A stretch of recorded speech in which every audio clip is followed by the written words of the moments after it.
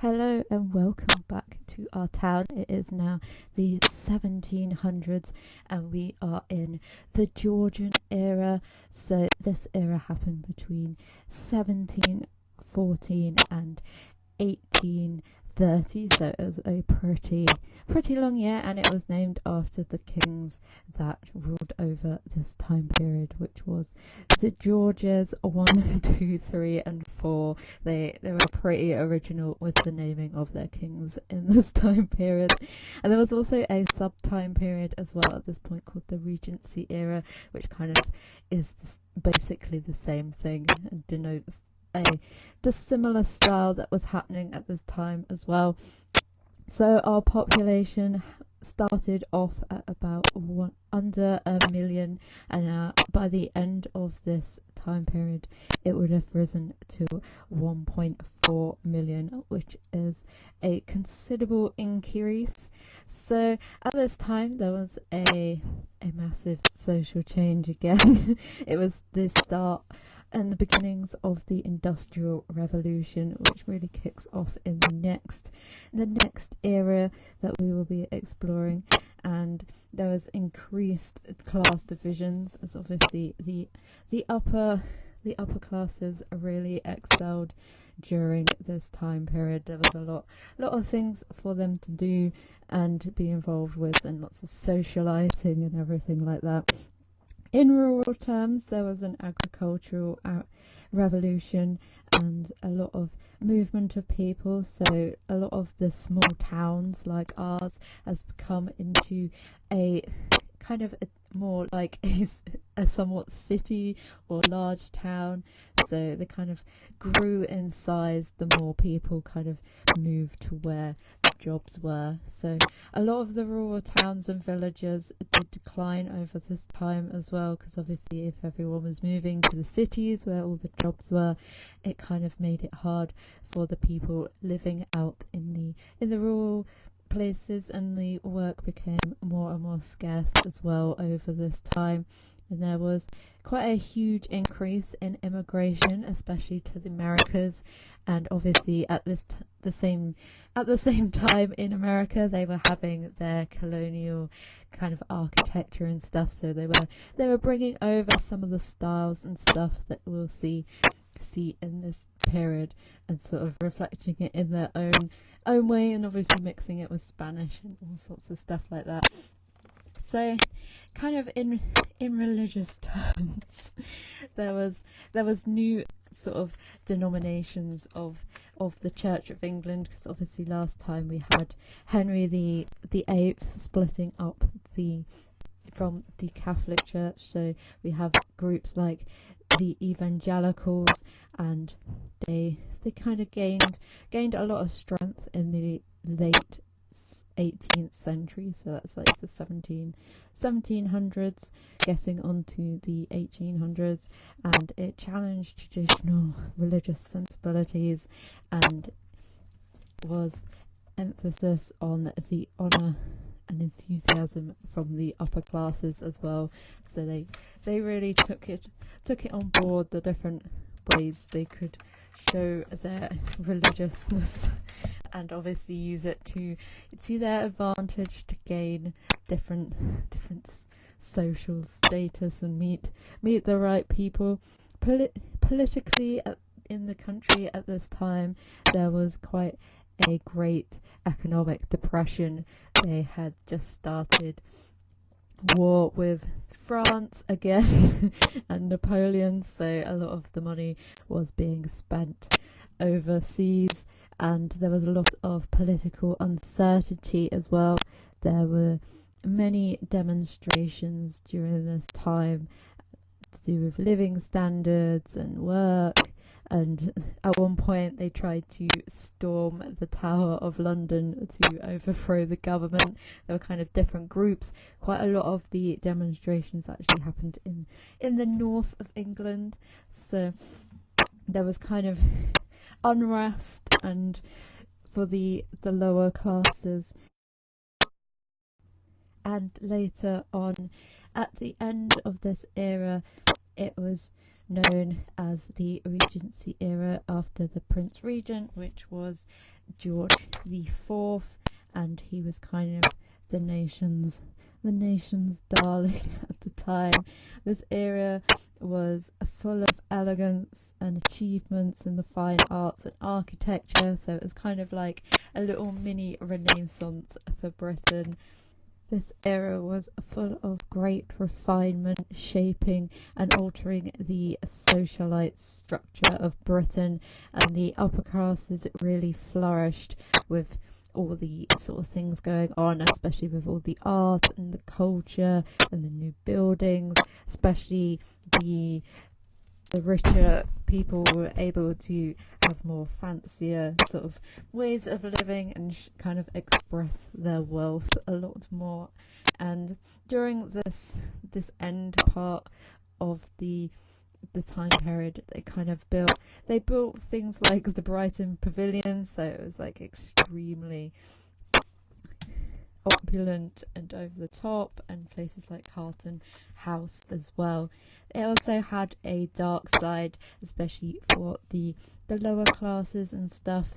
There was a lot of crime, there was thievery, womanizing, gambling, and drinking was rampant as well. So you can imagine that in the slums and all the packed up houses. It was a pretty grim time if you weren't lording it up with the artists and stuff.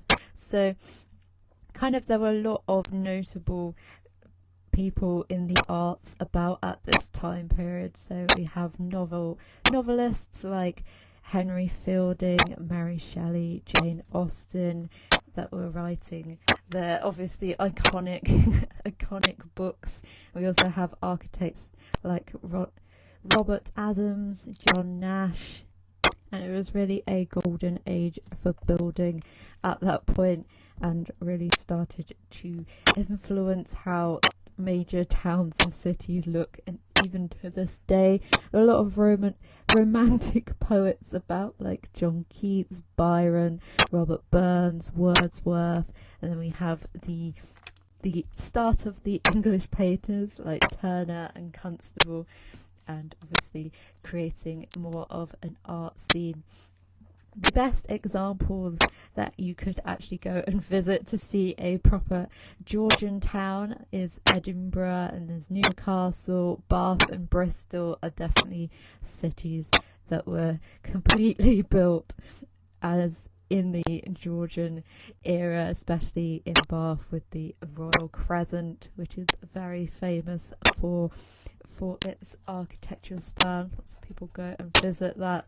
So the architectural style itself is a variant on the classical architecture of Greece and Rome. So you'd be able to spot it if a building has lots of symmetry and lots of proportion to it. So we'll see as we're kind of building our town up that a lot of the buildings have mirrored columns. They have lots of windows all in the same place. It's kind of all look very symmetrical and all the same, and has a uniformity to it. The building's style is a lot like the Renaissance style that happened in mainland Europe a lot earlier on. And they kind of, at this point, they also brought in a lot of the vocabulary that we use today as well in architecture to describe the different features of a house as well. A lot of the houses were very ornamental, but some of them you wouldn't be able to tell this from the outside, but the interiors were extremely lavishly decorated, especially if you were a rich individual. And the Georgian style was characterized by its proportions and balance, its simple mathematical ratios, and that would determine the height of the windows in relation to the length or the shape of the room, and it would have regularity, so everything obviously looks the same. They'd have ununiformed cut stonework, kind of like break this off and make sure that everything looks very same. And in a lot of towns, it was kind of the norm now to have landlords that owned the whole house, and they kind of turned their properties into developments, making them so they could let out the different rooms, which kind of is the start of where we are at the moment with our housing and stuff, especially in London, where you rent out just a small part of the house. Obviously, even the wealthy kind of suppressed their living in towns, and they would sort of rent out different rooms. They provide a little square garden in front of the house, so you could have a little bit of green space, but it kind of wasn't like they like to pack them in.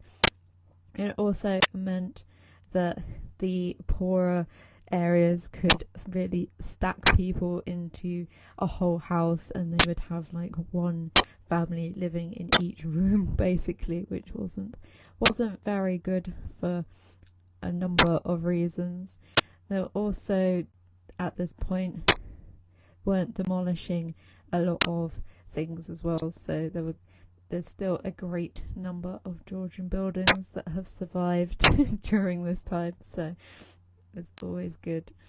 And with the population growth as well, it kind of meant that the architecture had to change from the wooden houses, and things had to kind of have some sustainability to them, and making have some more skilled craftsmen as well.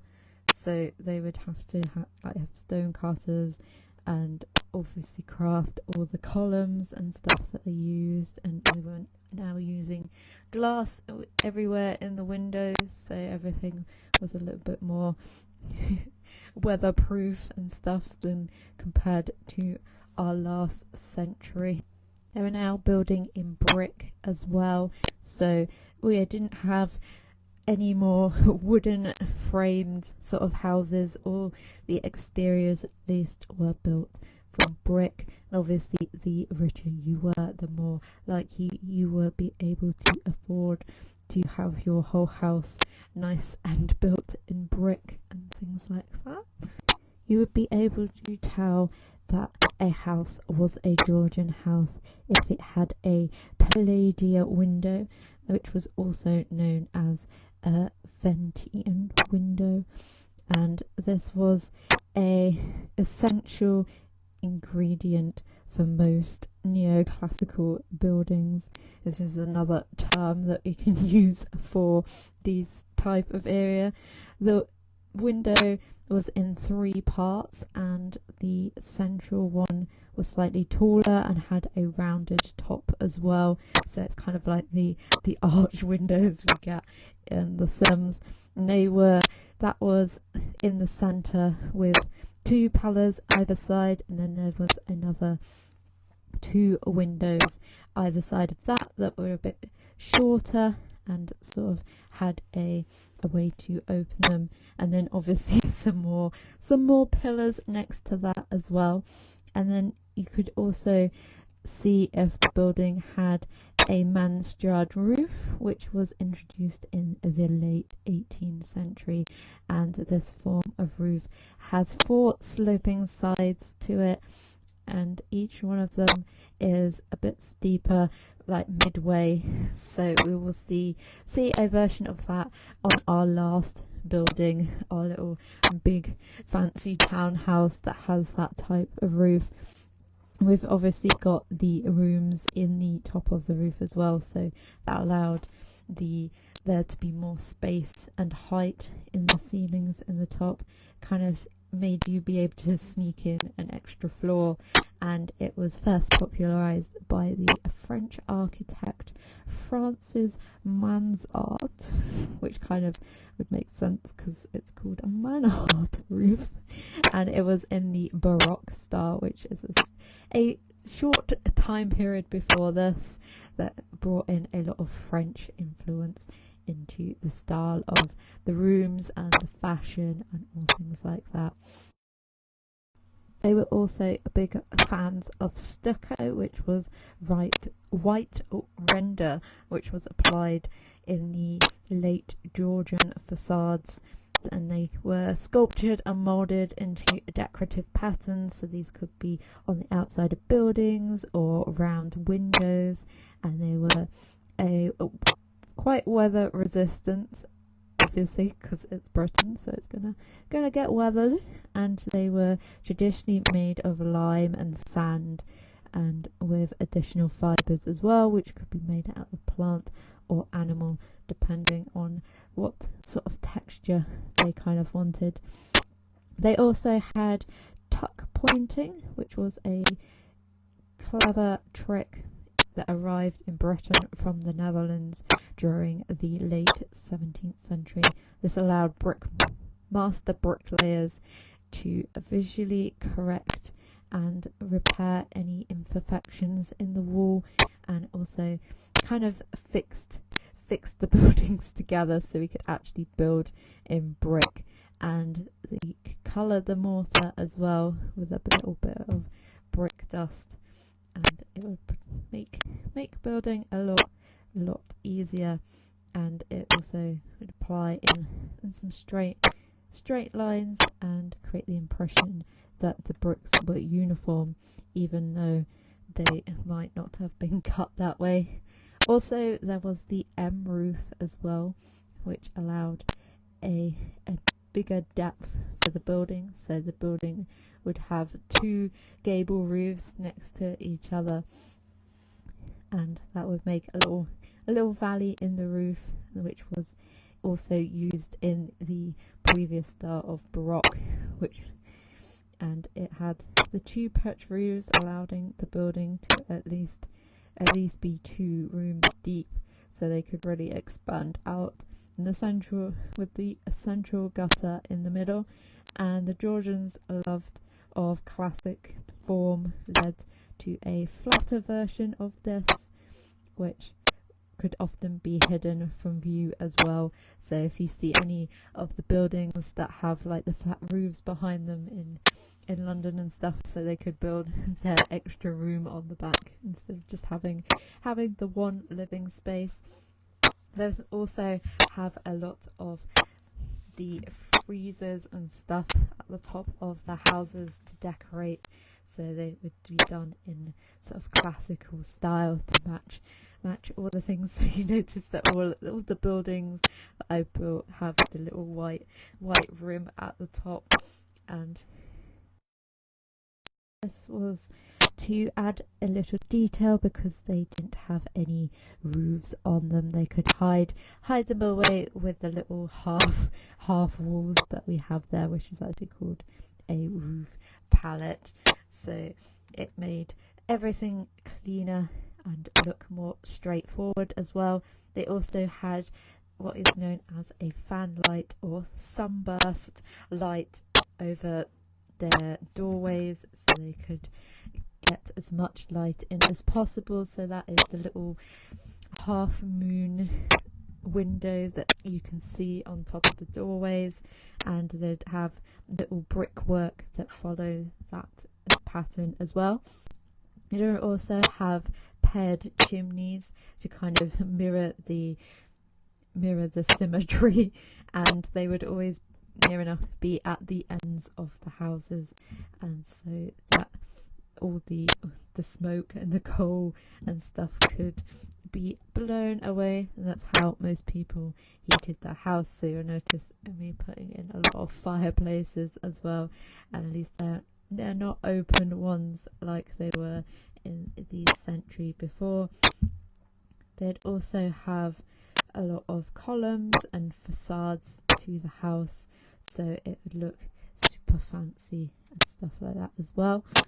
The interiors of the houses as well were, especially if you were very rich, were supposed to be very light and very elegant and have sort of a Roman look and Greek look to them.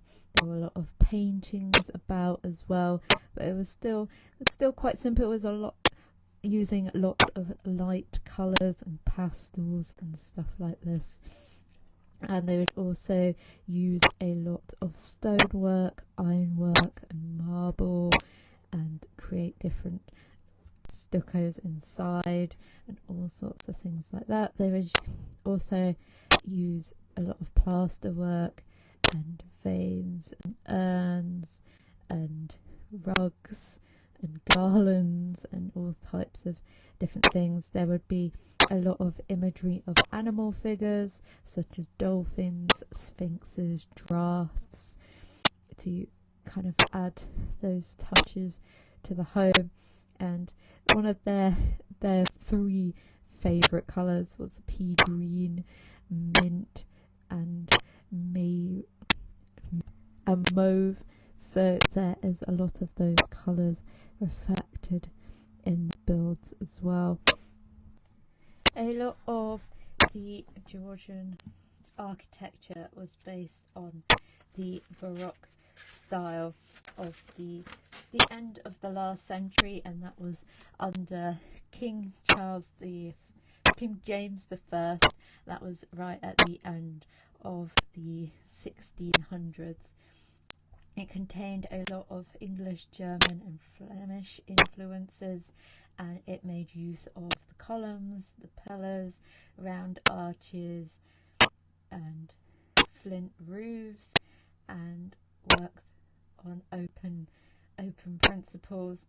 It was developed in Italy originally, so it has a lot of the Roman and the Greek thing, which is what everyone is taking influence at this point in time. And originally it was to explore the form of light and shadow and the dramatic intensity, so playing with different levels on the building itself. So where all the columns and the stucco and the friezes come in, there was normally a large open spaces, sort of twisted columns, opulent colours, large scale ceiling paintings and things, external facades.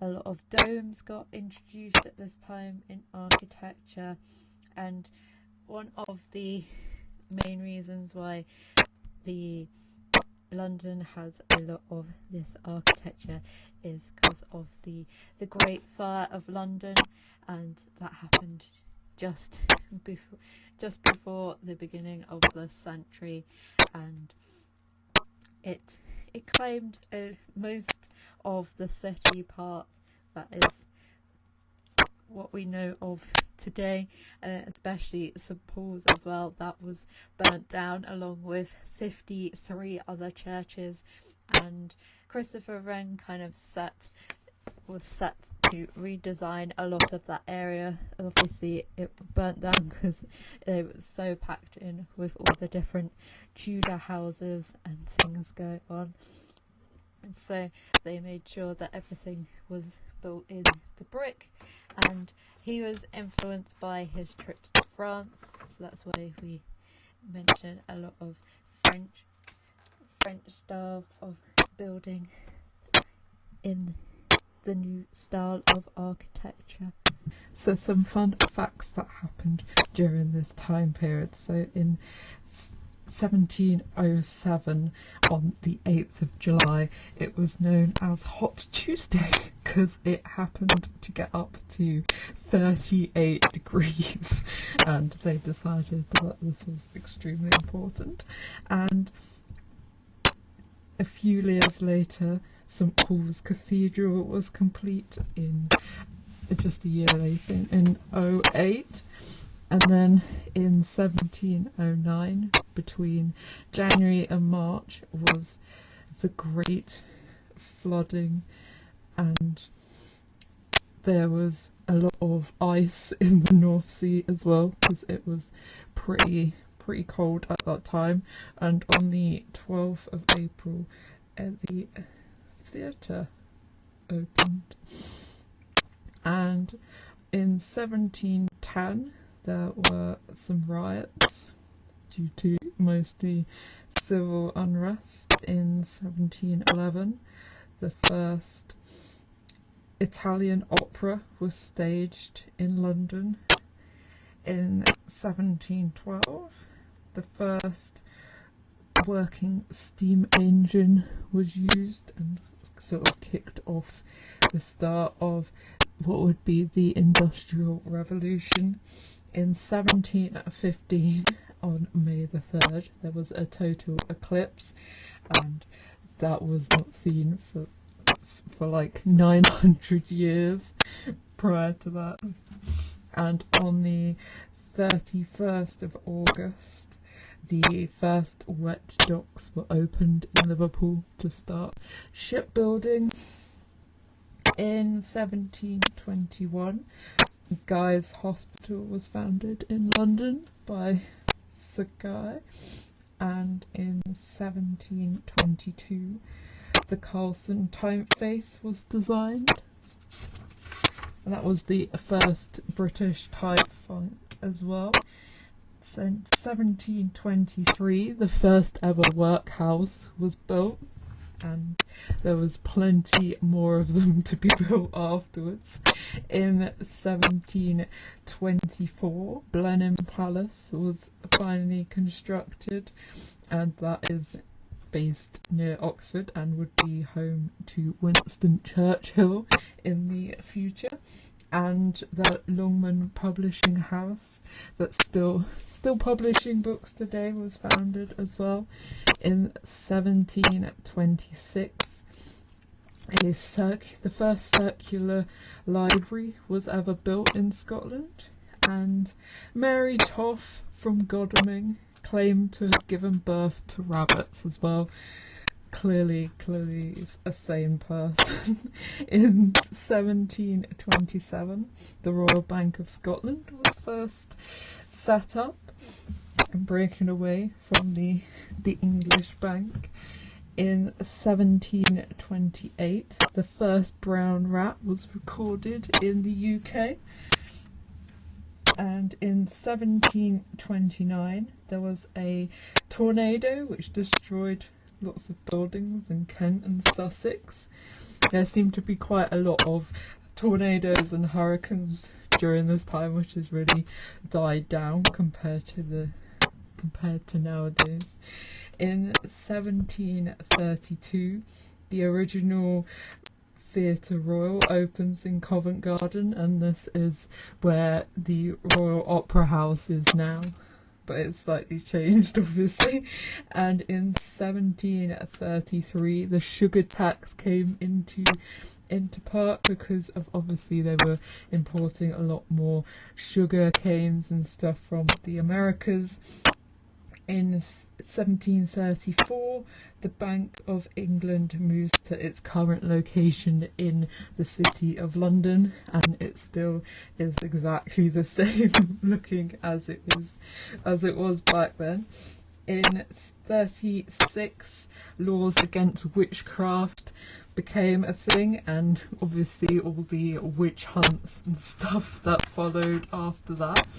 In 1737, there was a passing of Mercury in front of Venus, which was one of the only times it's been seen by an actual person and recorded there. In 1740, the Royal Britannia song was first sort of performed. In 1743, the Gin Act got passed by Parliament, and it increased taxes and led to horrendous riots everywhere because everyone was super mad. In 1744, it was the earliest known women's cricket match to be played, and the national anthem was first performed as well. And in 1747, Liverpool became the biggest port for the slave trade and overtook Bristol, which was obviously not a very fun time. And in 1750, Westminster Bridge was opened after being constructed, and it was only the second bridge, apart from a Putney Bridge, which was opened beforehand on that side of the river for river crossings over the Thames. And in 1752, the January the 1st was recognised as New Year's Day and became part of the Gregorian calendar, which was later finished in September of that year as well. In 1753, the British Museum is established and opens in January of 59, so it took them a few years to get it all set up and ready. And in 1762, the Cock Lane ghost appears in London. This is after someone's husband dies, and she goes off with her sister and moves to London. They're having romantic relations, and the ghost of her late husband comes back to haunt them, which is all good fun. There was also 12 sperm whales beached on the east coast as well, and the royal family moved into Buckingham Palace, which is where they are still residents to this day. In 1766, the bread and butter riots caused civil unrest after a poor harvest, and there wasn't enough food for everyone to go round. In 1767, there was a tax on lead, paper, glass, and paint and tea, which leads later on to the window tax. In 1768, the Royal Academy was formed, and the first ever summer show art exhibition was in a year later in the summertime, obviously. In 1772, there was a credit crisis, as they were spending a lot on all the flipping wars they would have with the Spanish and the French, and soon to be the Americas as well. In 1774, copyright laws came in, so people couldn't start copying inventions and all stuff like that. And also life insurance was introduced as well, because there were becoming more dangerous jobs, and needed protection against it. In 1775 was the official year that the American Revolution happened, and it was probably the worst thing they ever did. Throwing our tea into the sea. And in 1778, the first invention of a flushing toilet. So big progress in that department. In 1781, Uranus was discovered and recorded, and in 1783, that was the last public execution to happen. Obviously there was a lot more executions after that, but they just weren't a massive public event. In 1784, the window tax came in. So if you see any buildings around the country that have bricked up bits where windows should be, that was because they taxed how many windows you had on your house, and the more windows you had, the more tax you had to pay. So they kind of got rid of them, but they probably reinstated afterwards when they actually got rid of that tax. And then in 1790, the alleged London monster, who was a murderer who went round killing a lot of people, was finally caught and charged for his crimes. And in 1791,